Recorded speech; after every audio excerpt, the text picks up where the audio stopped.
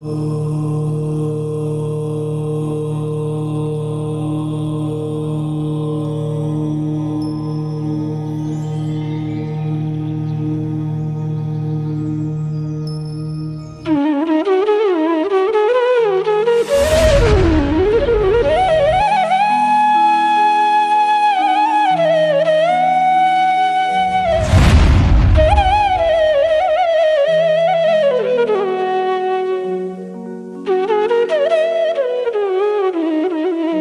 सातवें और आठवें गुणस्थान की चर्चा कल की कक्षा में हमारी लगभग हो गई थी। सातवें गुणस्थान के विषय में जो चर्चा कल की कक्षा में हुई थी, उसमें अंतिम एक प्रश्न आया था कि स्थिति कांडक घात और स्थिति बंदापसरण में क्या अंतर है। यह भी स्थिति कांडक घात आज आने वाला है।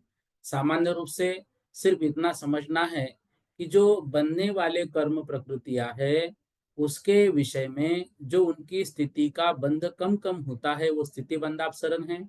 और स्थिति कांडक घात जो है, जो सत्ता में कर्म है, उन कर्मों के कांडक रूप में जो घात होता है, वह स्थिति कांडक घात है। सातवें गुणस्थान में हमने ये समझा था अप्रमत्त संयत गुणस्थान किसे कहते हैं। तो जब संज्वलन और नो कषाय का मंद उदय होता है, तब सकल संयम से युक्त मुनि के प्रमाद का अभाव हो जाता है। इसलिए इस गुणस्थान को अप्रमत्त संयत गुणस्थान कहते हैं। सातवां गुणस्थान अप्रमत्त संयत गुणस्थान दो प्रकार का है, स्वस्थान और सातिशय। स्वस्थान अर्थात जो सातवें में ही रहता है, और सातिशय अर्थात जो आठवें गुणस्थान में प्रवेश करने वाला है। अध प्रवृत्तकरण, अपूर्वकरण और अनिवृत्तिकरण, ये तीन जो परिणाम है, उसमें से अध प्रवृत्तकरण परिणाम सातिशय प्रमत्त में ही होते हैं। तो जो जीव 21 प्रकृतियों का उपशमन या क्षमन करने के लिए उद्यत होता है, उसका सातिशय अप्रमत्त अवस्था उसकी होती है। और जो संयत मुनि क्षपक या उपशम श्रेणी चढ़ने के लिए प्रयत्नशील होते उद्यत होते हैं, उन्हें सातिशय अप्रमत्त कहते हैं। अध प्रवृत्त करण के विषय में हमने समझा था, जिस करण में ऊपर के समयवर्ती जीवों के परिणाम नीचे के समयवर्ती जीवों के परिणामों के सदृश है, अर्थात समान है। वे भिन्न समयवर्ती जीवों के परिणाम भी इसमें समान होते हैं। मतलब हमने कल समझा था कि पहले कुछ साधु बैठे ध्यानस्थ अवस्था में, बाद में कुछ ध्यानस्थ अवस्था में बैठे, तो उन दोनों के परिणाम भी इसमें होते हैं। अध प्रवृत्त करण काल, उसका काल जो है वो अंतर मुहूर्त है। और अध प्रवृत्त करण में जो परिणामों की संख्या है, वह असंख्यात लोक प्रमाण परिणाम होते हैं। अब अपूर्व करण गुणस्थान जो आठवां है, उस विषय में हमने समझा था, जब अध प्रवृत्त करण के अंतर मुहूर्त काल को बिताकर सातिशय अप्रमत्त जब अनंत गुणी विशुद्धि को लेकर अपूर्व अपूर्व मतलब ऐसे परिणाम जो पूर्व में कभी नहीं हुए, ऐसे परिणामों को करता है, तब उसको अपूर्व करण नामक अष्टम गुणस्थान वर्ती कहते हैं। अपूर्व अर्थात क्या है, जो पहले कभी भी प्राप्त नहीं हुए, ऐसे परिणाम जो उस जीव के लिए नए हैं, एकदम अपूर्व है, उसको अपूर्व कहते हैं। अपूर्व करण गुण स्थान में भिन्न समयवर्ती जीवों में विशुद्ध परिणामों की अपेक्षा कभी भी सादृश्यता नहीं पाई जाती, किंतु एक समयवर्ती जीवों में सादृश्यता और वैसादृश्यता मतलब समानता और असमानता दोनों भी पाई जाती है। किसमें? एक समयवर्ती जो एक समय बैठे हैं। लेकिन जो भिन्न समयवर्ती है, उन भिन्न समयवर्ती जीवों में कभी भी समानता आएगी नहीं। पीछे जो ध्यान में बैठे पीछे से जीव, उन जीवों मतलब उन जीवों की विशुद्धि आगे जो जीव निकल गए हैं उनके साथ कभी भी नहीं होगी। अपूर्व करण गुणस्थान का काल कितना है? अंतर मुहूर्त है। इसमें कितने परिणाम संभव है? इसमें भी असंख्यात लोक प्रमाण संभव है। हमने ये समझा था कि असंख्यात लोक प्रमाण परिणाम यदि अध प्रवृत्त करण में 16 है, तो यहाँ पर अपूर्व करण में उसका असंख्यातवा भाग, तो असंख्यातवा भाग हमने यहाँ पर लिया था। मान लो 16 को 2 का भाग दिया तो 8।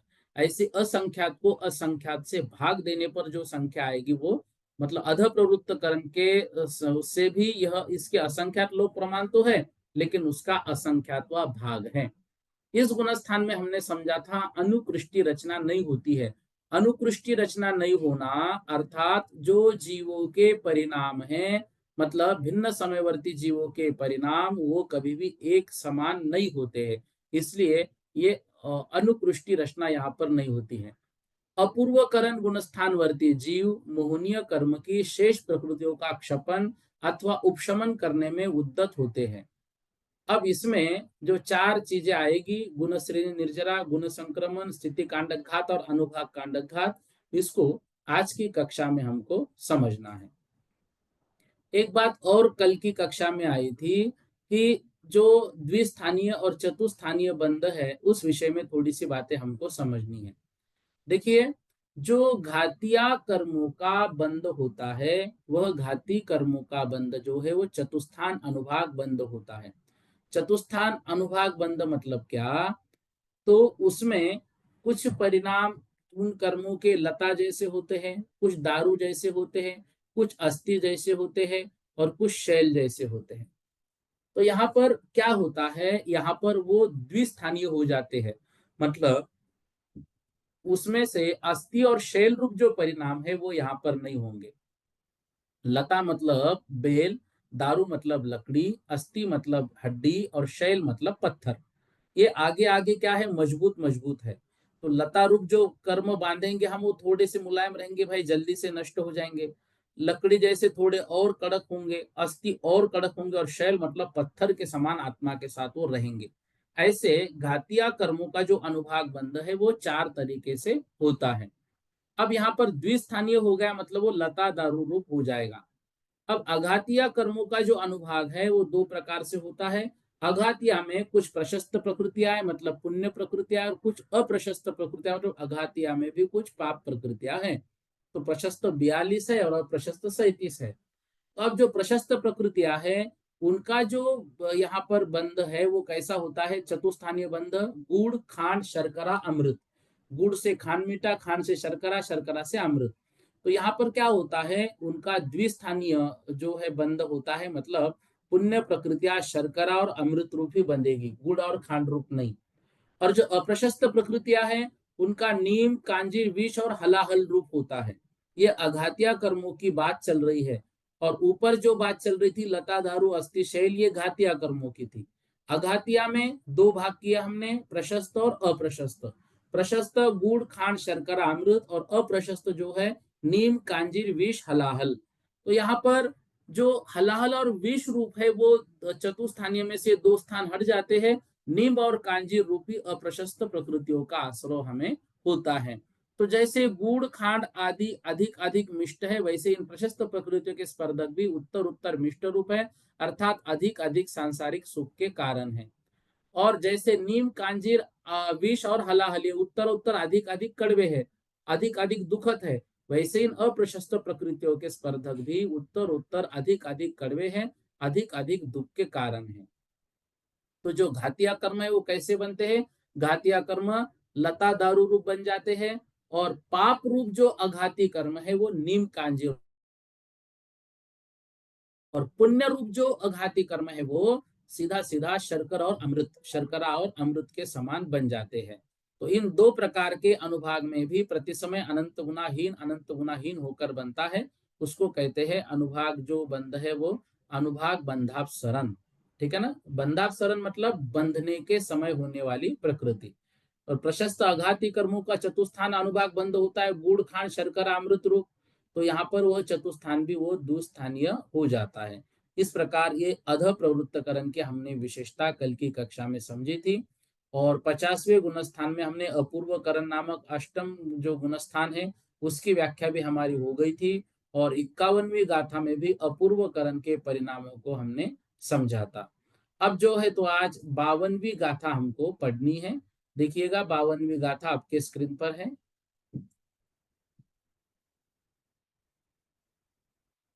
हाँ, 52वीं गाथा। भिन्न समय भिन्न समय दू भी लीजिए इसमें। भिन्न समय हिंदू जीवे हिमना होती सौवदा सरिसो करने हिम एक समय हिम एक समय ठिये हिम सरिसो विसरिसोवा ठिये हिम सरिसो विसरिसोवा भिन्न समय ठिये हिम जीवे हिम न होदी संवदा सरिसो करने हिम। करने हिम मतलब जो अपूर्व करण का वर्णन अभी चल रहा है। तो यहाँ पर अपूर्व करण है, करण का अर्थ यहाँ पर अपूर्व करण लेंगे क्योंकि अपूर्व करण का ही वर्णन यहाँ पर चल रहा है। अध प्रवृत्त करण का जो वर्णन है कल की कक्षा में हुआ था। तो करने ही अपूर्व करण में ऊपर देखिए भिन्न समयवर्ती ठिहे हिम दो जीवे हिम। जो भिन्न समयवर्ती भिन्न समय में स्थित जीव है उन जीवों की न होती संवदा सरिसो उन जीवों के परिणामों की विशुद्धि न होती संवदा सरिसो।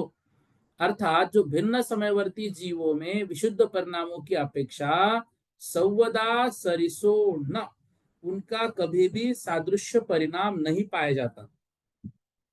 एक समय जो एक समय में स्थित है किंतु जो एक समयवर्ती जीव है उनके सरिसो विसरिसो वा उनके परिणाम सरिसो मतलब सादृश्य भी होती है विसरिसो अर्थात विसादृश्य भी होते हैं।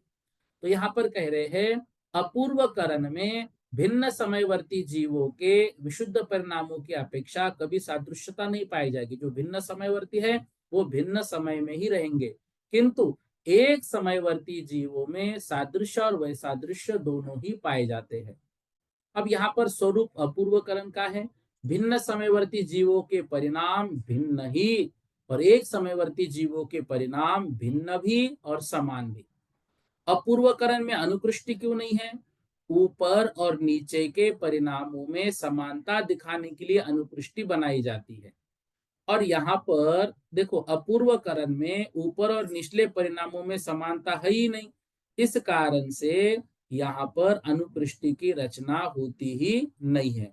तो यहाँ पर क्या है, यहाँ पर भिन्न समयवर्ती जो जीव है उन भिन्न समयवर्ती जीवों के परिणामों में समानता यदि हुई तो उसके लिए अनुकृष्टि की रचना होती है। और यहाँ पर क्या हो रहा है, यहाँ पर वो कभी भी समान होंगे ही नहीं। इस कारण से यहाँ पर अनुकृष्टि की रचना नहीं होती है। एक गाथा और देखते हैं फिर समझते हैं कुछ बातें। अंतो मुहूर्त में ते अंतो मुहूर्त में ते परि समय संख लोग परिणामा परि समय संख लोग परिणामा कम उठा पूव गुणे कम उठा पूव गुणे अनुकठिन नियमेन। देखो क्या कह रहे हैं, एते अंतो मुहूर्त इस गुणस्थान का काल अंतर मुहूर्त ही है। परि समय प्रति समय असंख्य लोग परिणामा और इसमें प्रति समय एक जीव के जो परिणाम है वो कितने हैं, असंख्य लोग परिणामा असंख्यात लोग प्रमाण होते हैं। कम उठा पूर्व गुणे और वह जो परिणाम है वे अपूर्व गुणे कम उठा और मतलब क्रम से उत्तर उत्तर आगे आगे अपूर्व गुण को लिए हुए हैं। तो वे परिणाम उत्तर उत्तर प्रति समय क्या लिए हुए हैं, अपूर्व गुण को मतलब वृद्धि गुण को लिए हुए हैं। उसमें प्रति समय जो है आगे आगे वृद्धि उनकी होती रहती है, मतलब विशुद्धि जो है आगे बढ़ती रहती है। अनुकट्ठी नथि नियमेन अनुकृष्टि की रचना यहाँ पर नियमेन नथि नियम से नहीं होती है। अनुकृष्टि की रचना यहाँ पर नियम से नहीं होती है। देखिए अब यहाँ पर क्या कह रहे हैं, अपूर्वकरण का काल कितना है? अंतर्मुहूर्त है, अर्थात असंख्यात समय। और कुल परिणामों की संख्या कितनी है? तो यहाँ पर असंख्यात लोक प्रमाण है, और चय का प्रमाण भी असंख्यात लोक प्रमाण है। एक एक समय के परिणामों की संख्या भी असंख्यात लोक है। अब यहाँ पर परिणामों की विशुद्धि कैसी होती है? तो देखिए, अपूर्वकरण के पहले समय का जघन्य परिणाम अध प्रवृत्तकरण के अंतिम सर्व विशुद्ध परिणाम से भी अनंत गुना विशुद्ध है। अपूर्वकरण में जैसे प्रवेश किया, उसमें पहले समय का जो परिणाम है वह अध प्रवृत्तकरण के अंतिम सर्व विशुद्ध परिणाम से भी अनंत गुना विशुद्ध है। प्रत्येक समय के जघन्य परिणाम से उसी समय का उत्कृष्ट परिणाम अनंत गुनी विशुद्धता लिए हुए है। अब प्रत्येक समय के यदि परिणाम हम लेंगे तो प्रत्येक समय का जघन्य परिणाम उसी समय का उत्कृष्ट परिणाम अनंत गुनी विशुद्धता लिए है। वो भले ही इस समय का जघन्य है, लेकिन इसी समय वो उस समय का उत्कृष्ट परिणाम भी है। एक समय के उत्कृष्ट परिणाम से अगले समय का जघन्य परिणाम भी अनंत गुनी विशुद्धता लिए हुए है।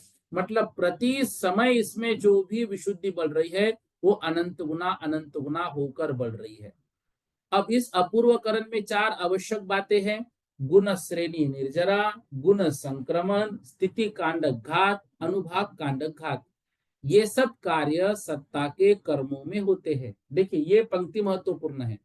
ये सब गुण श्रेणी निर्जरा हो, गुण संक्रमण हो, स्थिति कांडक घात हो, अनुभाग कांडक घात हो, ये सब किसमें होते हैं? सत्ता में स्थित कर्मों के। और स्थिति बंधापसरण कहाँ हो रही थी? वह हो रही थी बनने वाले कर्मों में। अनुभाग बंधापसरण कहाँ हो रहा था? बंधने वाले कर्मों में। ये अब जो स्थित मतलब सत्ता में स्थित है, उन कर्मों पर प्रहार यहाँ पर हो रहा है। बनने की बात तो हो ही गई, स्थिति बंधापसरण तो हो ही रहा है, लेकिन यहाँ पर जो मुख्य चार आवश्यक कार्य वो है स्थिति कांडक घात, अनुभाग कांडक घात, गुण संक्रमण और गुण श्रेणी निर्जरा। गुण श्रेणी निर्जरा क्या है? सत्ता में स्थित कर्मों की प्रति समय असंख्यात गुणाकार रूप से निर्जरा होना।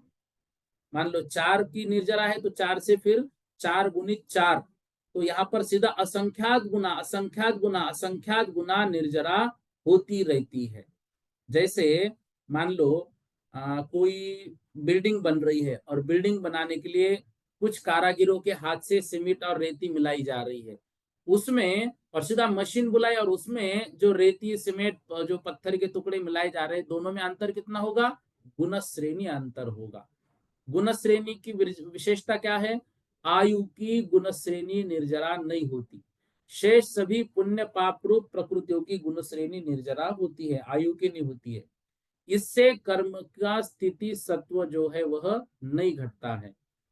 तो गुण श्रेणी का आयाम अपूर्वकरण, अनुवृत्तिकरण, सूक्ष्म सांप्राय प्लस कुछ अधिक जितना होता है समय। गुण संक्रमण क्या है? जिनका बंध नहीं हो रहा है। सत्ता में स्थित ऐसी प्राप्त प्रकृतियों का प्रति समय असंख्यात गुना वर्तमान में बनने वाली अन्य प्रकृति रूप होना गुण संक्रमण कहलाता है। अब क्या हो गया? बहुत सारी पाप प्रकृतियों की बंध विच्युति हो गई। बंध विच्युति मतलब इससे पहले हमने उसका बंध होना छोड़ दिया। उसकी भी गाथाएं जीव समाज में हम पढ़ेंगे, कौन से गुणस्थान में किसकी हुई, आगे आगे प्रत्येक इसमें बंध विच्युति भी आएगी। तो जिन कर्मों का बंध नहीं हो रहा है, सत्ता में स्थित ऐसी पाप प्रकृतियां प्रति समय असंख्यात गुना वर्तमान में बनने वाली अन्य प्रकृति रूप होती है। मतलब पहले तो उनकी बंध विच्युति होगी, लेकिन पहले बांधे हुए कर्म सत्ता में तो है। अब उन सत्ता में स्थित कर्मों के रूप में मान लो, एक उदाहरण के रूप में नरक गति और तिर्यंच गति की जो आयु बनती है, उस आयु की बंध विच्युति हो गई है। अब यहाँ पर देव आयु की बात हो रही है। अब क्या होगा? सत्ता में यदि मान लो हमने कुछ देव गति के, कुछ नरक गति के कर्म बांधे थे, आयु की नहीं बात चल रही है, गति। तो वो जो गति है, अब वो गति परिवर्तित कहां पर होगी? वो गति परिवर्तित होगी देव गति रूप में, क्योंकि अब यहाँ पर देवायु का ही बंध हो रहा है। तो वर्तमान में बनने वाली अन्य प्रकृति के रूप उनका गुण संक्रमण होता है। अब कौन कौन से गुण में किस किस का होता है, वह तो आगे आचार्य महाराज खुद ही उसकी गाथाएं देंगे। तो गुण संक्रमण एक कर्म का अन्य कर्म रूप होना, किन कर्मों का, अप्रशस्त कर्मों का, किन का, बनने वालों का, नहीं सत्ता के कर्मों का। अब जो बनने वाले कर्मों का नहीं, जो बन रहे कर्म उनका यहाँ पर गुण संक्रमण नहीं होगा। जो सत्ता में स्थित कर्म है उनका बंध होगा, जो अभी बन रही है उनके साथ, अप्रशस्त के साथ। कब होता है ये? प्रति समय। और कितना होता है? पहले के समय से अगले समय में असंख्यात गुना। तो संक्रमण के सामान्य नियम, मूल प्रकृतियों में परस्पर संक्रमण नहीं होता है। चार आयु का आपस में संक्रमण नहीं होता है। मोहनीय के उत्तर भेद, दर्शन मोहनी और चारित्र मोहनी का आपस में संक्रमण नहीं होता है। दर्शन मोहनी का दर्शन मोहनी में, चारित्र मोहनी का चारित्र मोहनी में के भेदों में आपस में संक्रमण हो सकता है। अभी इसको और उदाहरण से समझेंगे। स्थिति कांडक घात देखिए, सत्ता में स्थित समस्त कर्मों की कुछ स्थिति हर अंतर मुहूर्त में नष्ट करना, उसको स्थिति कांडक घात कहलाता है। स्थिति कांडक घात कैसे होता है? जितनी स्थिति नाश करनी है, अग्र भाग के उतने स्थिति के निषकों को नीचे की स्थिति में दिया जाता है। एक अंतर मुहूर्त में सारे निषकों को नीचे देकर ऊपर की स्थिति समाप्त हो जाती है। तो ऐसे कांड कांड कांड रूप में ऊपर की सीधा नीचे के निषकों के साथ होती है, ऐसा स्थिति कांडक घात होता है। एक स्थिति खंडन में अंतर्मुहूर्त काल लगता है। आयु को छोड़कर शेष सारे कर्मों की स्थिति का खंडन घात किया जाता है। एक करण में संख्यात बार स्थिति कांडक घात होते हैं। ऐसे स्थिति कांडक घात के द्वारा स्थिति के सत्व के करण के परिणाम से, करण के प्रारंभ से अंत में संख्यात गुना कम हो जाता है। अभी ये पढ़ रहे हैं, इसको उदाहरण भी लेंगे। अनुभाग कांडक घात क्या है? सत्ता में स्थित पाप प्रकृतियों का अनुभाग हर अंतर मुहूर्त में अनंत भूभाग नष्ट करना अनुभाग कांडक घात कहलाता है। अनुभाग कांडक घात कैसा होता है? जितने अनुभाग का नाश करना है, अग्र भाग के उतने अनुभाग के स्पर्धक को हीन अनुभाग के स्पर्धकों में दिया जाता है। एक अंतर मुहूर्त में सारे स्पर्धकों को ही हीन अनुभाग में देने पर अधिक शक्ति वाले स्पर्धक समाप्त हो जाते हैं। एक अनुभाग खंडन में अंतर्मुहूर्त काल लगता है। सत्ता के सर्व अप्रशस्त कर्मों का अनुभाग घात होता है। पुण्य प्रकृतियों का अनुभाग नहीं घटता है। एक स्थिति कांडक घात में हजारों अनुभाग कांडक घात हो जाते हैं। तो अपूर्व करण में आवश्यक जो बातें हैं, गुण श्रेणी निर्जरा होती है प्रदेश की, गुण संक्रमण होता है प्रकृति का, स्थिति खंडन होता है स्थिति का, और अनुभाग खंडन होता है अनुभाग का। ये सार रूप में याद रखो। गुण श्रेणी निर्जरा किसकी हो रही है? प्रदेशों की। गुण संक्रमण प्रकृति का, कर्म प्रकृति का। स्थिति खंडन स्थिति का, और अनुभाग खंडन अनुभाग का। तो ये चार आवश्यक कब होते हैं? प्रारंभ में, अपूर्वकरण के प्रथम समय से, और मोहनीय के 10वें गुण स्थान तक। तो शेष 6 कर्मों के 12वें गुण स्थान तक भी ये चलते रहते हैं। अब देखिए इसको थोड़ा सा एक उदाहरण के माध्यम से समझकर फिर जो है तो आगे हम बढ़ेंगे। अब देखो, कोई जीव जो है अष्टम में पहुंचता है। अब वहां पर ये चार कार्य वो कर रहा है। क्या क्या कर रहा है? स्थिति कांडक घात, अनुभाग कांडक घात, गुण श्रेणी निर्जरा और गुण संक्रमण। अब क्या हो गया? देखिए यहाँ पर स्थिति कांडक घात में अष्टम गुण वाले, मतलब अष्टम गुण स्थान वाले ज्ञानावरणादिक की स्थिति ऑलरेडी उनकी कम है। ज्ञानावरणादिक की स्थिति कम है। अंत कोड़ाकोड़ी सागर प्रमाण, चौथे का अंत कोड़ाकोड़ी ज्यादा, मतलब एक समय लिया हमने। तो अंत कोड़ाकोड़ी जो हमने कल इसको समझा था, तो अंत कोड़ाकोड़ी से कम, ठीक है ना। तो अंत कोड़ाकोड़ी सागरोपम प्रमाण। अब इसमें प्रत्येक समय में हम लगाते चलेंगे। तो जो यहाँ पर स्थिति कांडक घात होगा, वह स्थिति कांडक जो घात है उसमें जो स्थितियां है पल्लों के असंख्यातवे भाग और कम और कम और कम हो जाती है। तो यहाँ पर पहले तो कैसी थी? वो अंत कोड़ाकोड़ी सागरोपम थी। तो ये अंत कोड़ाकोड़ी सागरोपम में वह कम कम कम कम और कम और कम और कम होती जा रही है। तो यहाँ पर जो अंत कोड़ाकोड़ी थी वो चौथे गुणस्थान से होना हमारी प्रारंभ हुई थी। तो चौथे का अंत कोड़ाकोड़ी ज्यादा है, पांचवें गुणस्थान का चौथे से कम है, छठवें का और कम है, सातवें का और कम है, और आठवें का और कम है। अंत कोड़ाकोड़ी काल की बात चल रही है, कर्मों की। तो अब वो अंत कोड़ाकोड़ी आठवें का है, अब वो अंत कोड़ा कोड़ी जो 8वें में है, मतलब चौथे से तो बहुत कम है, वह स्थिति भी अब पल्लोपम के असंख्यातवें भाग में और कम और कम और कम हो जाती है। वह कहलाता है स्थिति कांडक घात। अब स्थिति कांडक घात क्या है? स्थिति कांडक, कांडक का अर्थ होता है हिस्सा। याद रखना ये शब्द, कांडक जो है, कांडक का अर्थ क्या होता है? हिस्सा। अब इतने हिस्से की स्थितियां कम हुई, वो एक कांडक कहलाता है। भाई हमारे कर्म जो है वो ऐसे हिस्सों में बटे हुए हैं, तो एक हिस्सा ही कम कर दिया, तो इतने हिस्से की स्थितियां कम हुई, वह कांडक कहलाता है। जैसे सेकंड का जो कांडक होता है, मतलब जो सेकंड का काटा है वो 60 बार होता है, तो 1 मिनट जो है उसका हिस्सा हो जाएगा। तो उसी तरह से अनेक समयों तक लगातार कर्मों की स्थिति कम कम होती है। भुज्यमान जो आयु है, मतलब जो अभी आयु चल रही है, उस आयु को छोड़कर शेष 7 कर्म, चाहे पुण्य कर्म हो चाहे पाप कर्म हो, सभी कर्मों की स्थिति अशुभ होती है। और अष्टम गुण स्थान में अंतर मुहूर्त में अनेक कांडक होते हैं। कांडक अभी हमने देखा कितने कांडक होते हैं। तो कांडक मतलब इतनी स्थिति कम होना, यह एक समय में होती है, धीरे धीरे होती है।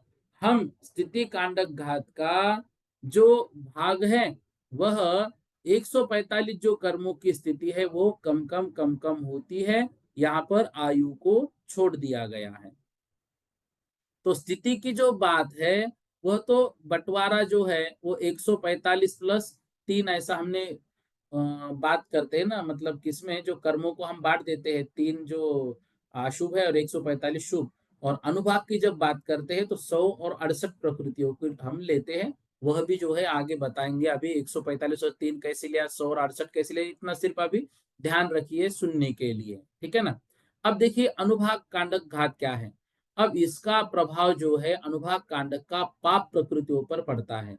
स्थिति कांडक का पुण्य और पाप दोनों पर पड़ता है। यहाँ पर अनुभाग का जो है वो पाप प्रकृतिया का होता है। तो जो पाप प्रकृतियां वो 100 होती है और 68 जो है वह पुण्य रूप होती है। अब 100 और 68 148 हो गई, तो यहाँ 168 कहाँ से लेंगे? तो जो पुद्गल के जो 20 गुण होते हैं ना, वो पुण्य में भी है और पाप में ही है, इसलिए 68 पुण्य रूप है और 100 में जो पाप रूप है, तो पुद्गल के 20 इसमें लिए जाते हैं। वो कैसे वो समझेंगे हम, इसलिए अभी उन भेदों में अभी नहीं जाना है। तो अष्टम गुण स्थान में जो मुनिराज होते हैं, वो उपशम श्रेणी का आरोहण करने के लिए जो पाप प्रकृतियां है, उनकी फलदान शक्ति को और हीन और हीन और हीन और हीन करते चल रहे हैं।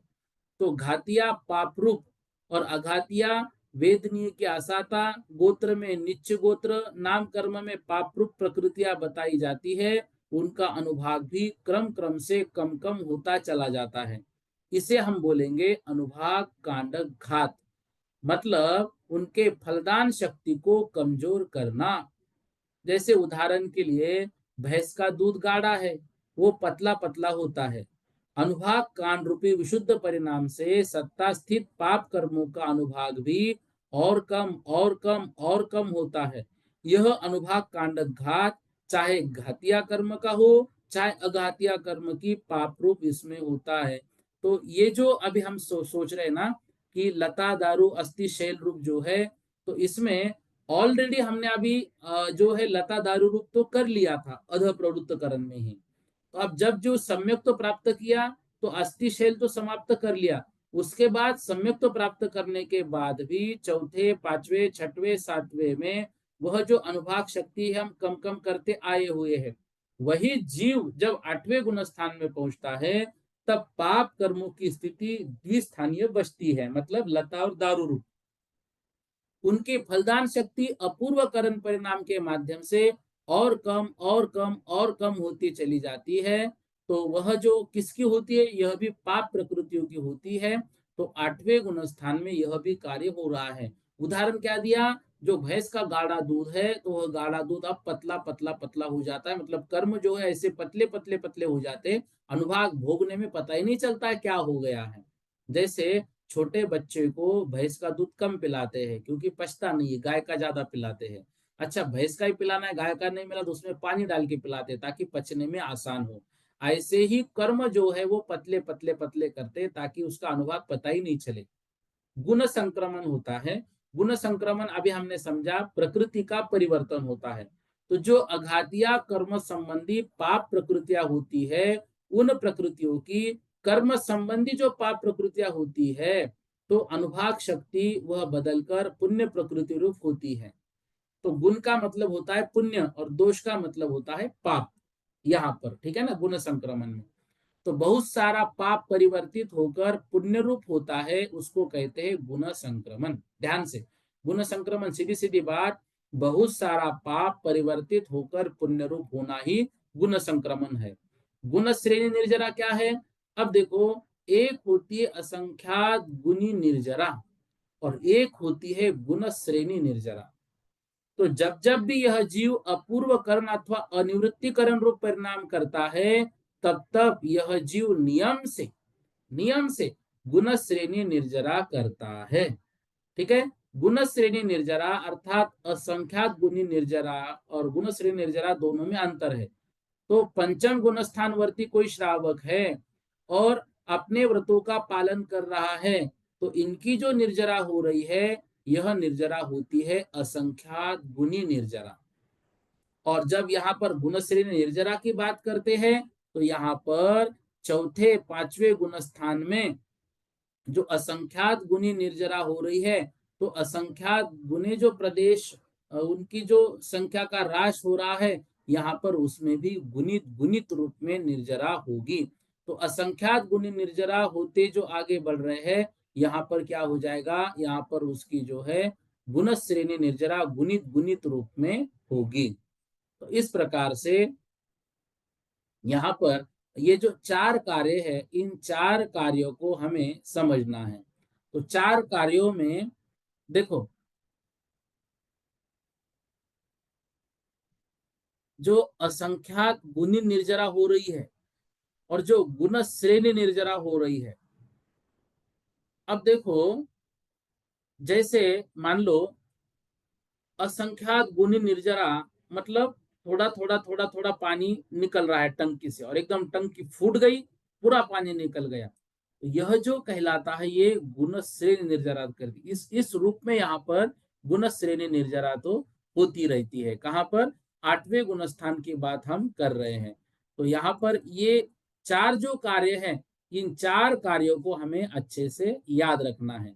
इन चार कार्यों को हमें समझना है, क्योंकि हमारे आगम में ये जो बातें हैं स्थिति कांडक घात का, ये विषय बार बार आता जाएगा। तो स्थिति कांडक घात कर्मों के स्थिति के उपरिम अंश को खरोच कर नष्ट कर देना, ये याद रखना। तो इसके द्वारा स्थिति का सत्व कम हो जाता है। तो हमने कल उदाहरण लिया था ना, गन्ने को ऊपर से काटना। तो अनुभाग कांड घात का हमने समझा, कर्मों के अनुभाग को धीरे धीरे नष्ट करना अनुभाग कांड घात कहलाता है। यह क्रिया अशुभ कर्मों में होती है, इसमें कर्मों का अनुभाग सत्व कम हो जाता है। ठीक है ना। गुण श्रेणी निर्जरा भी हमने समझी, गुणित रूप से उत्तर उत्तर समयों में कर्म परमाणुओं का झड़ना गुण श्रेणी निर्जरा है। यह शुभ और अशुभ दोनों प्रकार के कर्म परमाणुओं में होती है। तो जैसे यहाँ पर हमने गन्ने का उदाहरण लिया, स्थिति कांडक घात में उसको तोड़ना, और असंख्यात गुणी निर्जरा जो है उसको हमने चूसना, और यहाँ गुण श्रेणी निर्जरा में उसके बिल्कुल गन्ने को ऐसे चूस कर बाहर निकालना। और गुण संक्रमण जो है यहाँ पर असंख्यात कर्म परमाणु प्रति समय अन्य प्रकृति रूप पाप जो है वो पुण्य रूप परिवर्तित होते हैं। जैसे असाता वेदनीय साता वेदनीय में परिवर्तित होते हैं, तो वो गन्ना जो है वो गुड़ रूप में जैसे परिवर्तित हो रहा है, ऐसा उदाहरण इसमें लिया जाता है। तो इन चारों कार्यों को हमें याद रखना है, जो यहाँ पर आपके पीडीएफ में यहाँ पर रहेंगे। पीडीएफ में एक बार पढ़ लीजिएगा, और भी कुछ बात इसमें समझ में नहीं आई जो अभी लिया है, तो आप व्हाट्सअप कर सकते हैं। आइए 54वीं गाथा देखते हैं। अभी जो ऊपर हमने परिणाम पढ़े हैं, उन्हीं बातों को यहाँ पर वो ले रहे हैं। तारिस परिणामठ्ठिय तारिस परिणामठ्ठिय जीवाहु जिनेहिम गलीति मीरेहिम जीवाहु जिनेहिम गलीयति मीरेहिम मोहस्य पूर्वकरणा, मोहस्य पूर्वकरणा, खवनु समनु जया भनिया, खवनु समनु जया भनिया। अब जो अपूर्वकरण है, उस अपूर्वकरण के परिणामों की बात यहाँ पर कर रहे हैं। तारिस परिणाम ठिय जीवा।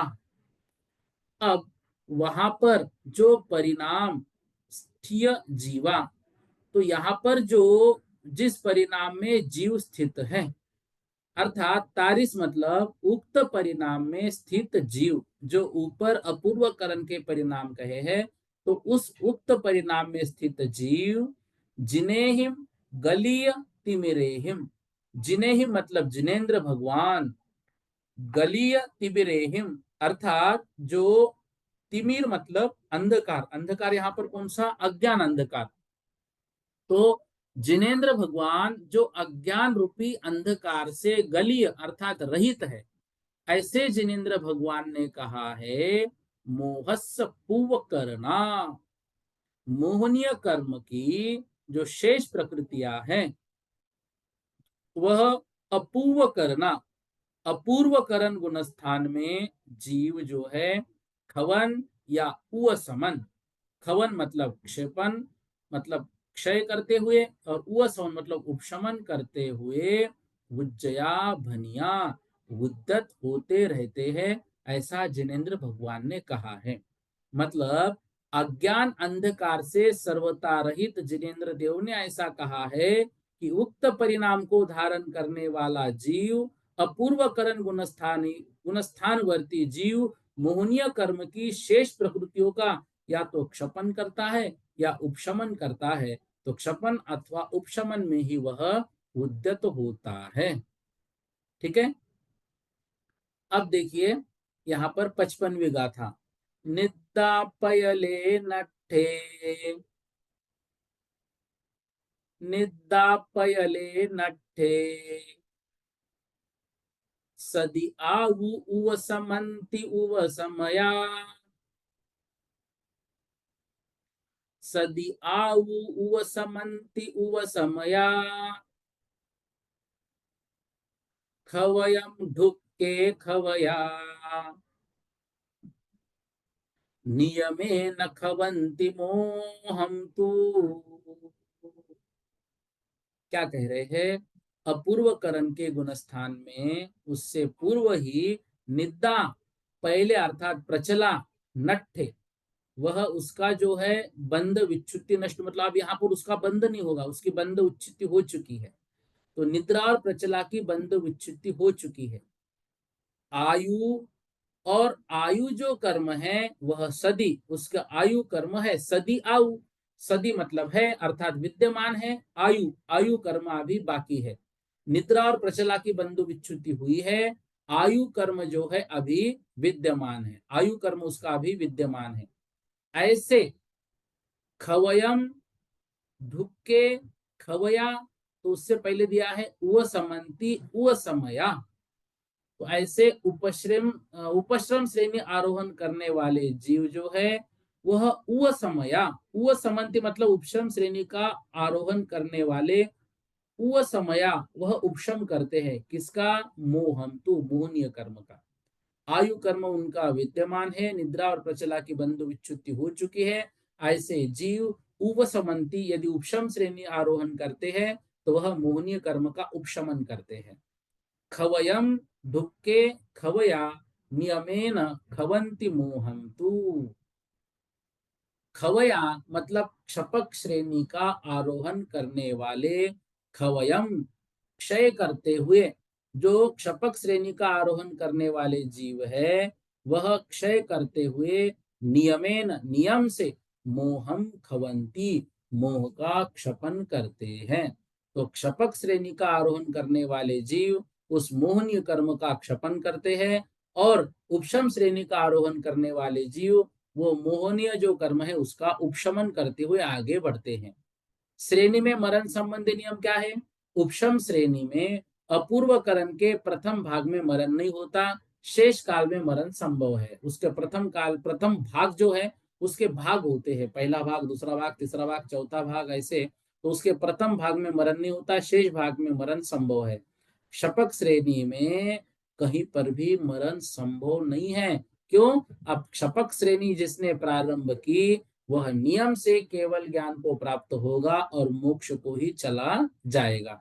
तो क्षपक श्रेणी कहाँ तक रहेगी? 8वें, 9वें, 10वें और 12वें में। तो वहां पर अब मरण जो है वो संभव ही नहीं है। 13वें गुणस्थान को प्राप्त होगा केवल ज्ञान के बाद। अंतर मुहूर्त में चाहे तो मोक्ष जाए, या फिर यदि तीर्थंकर आदि है या केवली उपदेश देने वाले हैं तो फिर समोसरण या फिर गंध कुटी लगाकर वो अपना जो उपदेश है वह उपदेश वे दे सकते हैं। ठीक है, आइए 56 और 57वीं गाथा भी समझते हैं। एकम काल समये, एकम काल समये संठानादिहिं जह निवठन्ति, न निवठन्ति तहाविय, न निवठन्ति तहाविय, परिणामे हिम मिहोजेहिम, परिणामे हिम मिहोजेहिम, होन्ति अनियट्ठिनते, होन्ति अनियट्ठिनोते, परिसमयं जेस्यमेक परिणामा, परिसमयं जेस्यमेक परिणामा, विमलयरझानहूयव, विमलयरझानहूयव, सिहाहिं निदट्ठकं वना, सिहाहि निदट्ठं कं वना। देखिए, अपूर्वकरण के बाद यहाँ पर अनिवृत्तिकरण गुणस्थान जो है उसके सामान्य स्वरूप को गाथा के माध्यम से पहले समझते हैं, फिर और विषय को आगे बढ़ाएंगे। एकमी काल समये संतानादिहिं जह निवठन्ति, एकम ही काल समये।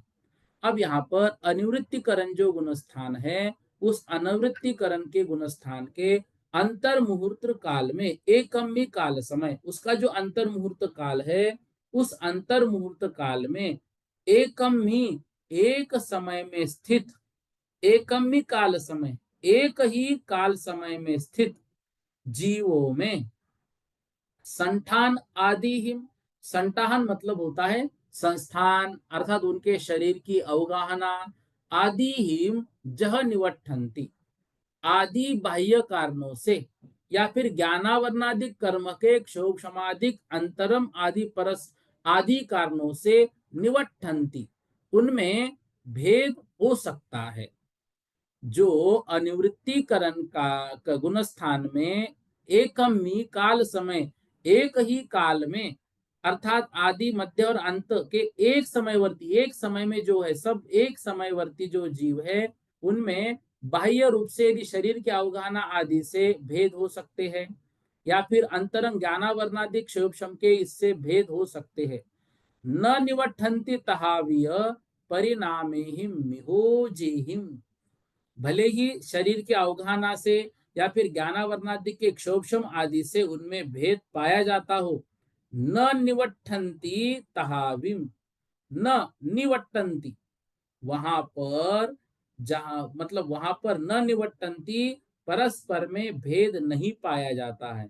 इसमें परिणामे हिम मिहोजिहिम, वहां पर जो उनके परिणाम है उन परिणामों में उनका जो करण है निवृत्तिकरण, उस निवृत्तिकरण परिणामों में उस प्रकार के जिन परिणामों के निमित्त से परस्पर में भेद नहीं पाया जाता है उसको कहते अनिवृत्तिकरण। अब यहाँ पर भेद नहीं होगा, समसमयवर्ती जीवों के परिणाम जो है यहाँ पर कैसे रहेंगे? अब यहाँ पे अनुवृत्तिकरण में समान ही रहेंगे। अब उनमें हम भेद नहीं कर सकते, उनके परिणामों में अब भेद नहीं होगा। भेद कैसे होगा?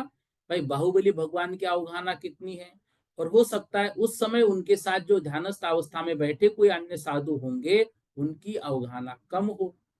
या फिर जैसे अंतिम तीर्थंकर महावीर भगवान है, उनकी अवगाहना कम थी। हो सकता है उस समय की जो जीव एक साथ उनके इसमें बैठे हुए हो अन्य, उनकी जो अवस्था है वह कम ज्यादा हो। तो बाह्य शरीर की अवगाहना जो है उससे तो उनमें भेद पाया जा सकता है। या फिर सबके ज्ञानावरणाधिक कर्मों का क्षोभम भी अलग अलग हो सकता है, क्योंकि अभी वो 10वें गुण स्थान में, अभी केवल ज्ञान तो प्राप्त नहीं हुआ है। तो ज्ञानावरणादि के क्षोभम में भी हो सकता है परस्पर में उनमें भेद हो। लेकिन जिन परिणामों को वो ध्या रहे हैं, जिन परिणामों की उनकी विशुद्धि है, उस विशुद्धि में या उस विशुद्धि के निमित्त से उनमें परस्पर में रंच मात्र भी भेद नहीं कर सकते हैं। मतलब सभी के परिणाम एक समान है।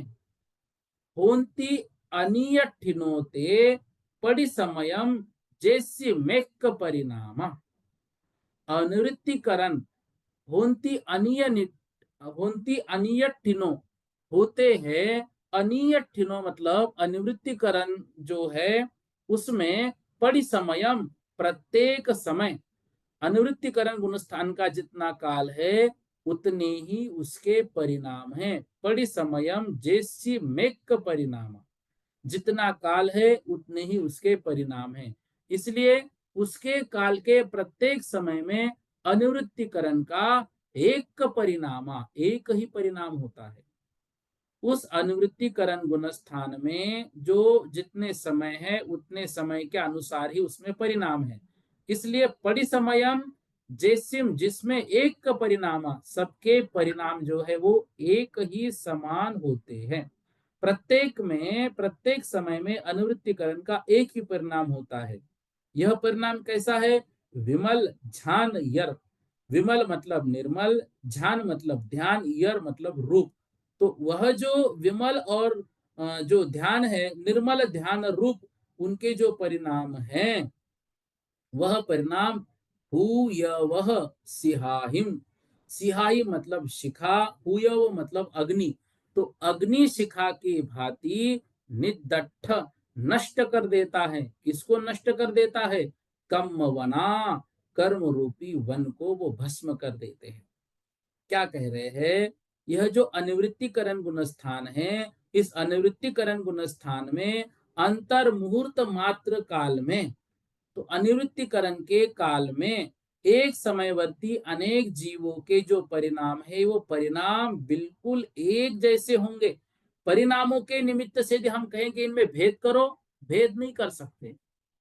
मान लो 4 बच्चों ने पेपर लिखे और चारों बच्चों के अक्षर एक समान है, ज्ञान एक समान है, सब कुछ, इन चारों को एक समान मार्क का है सक।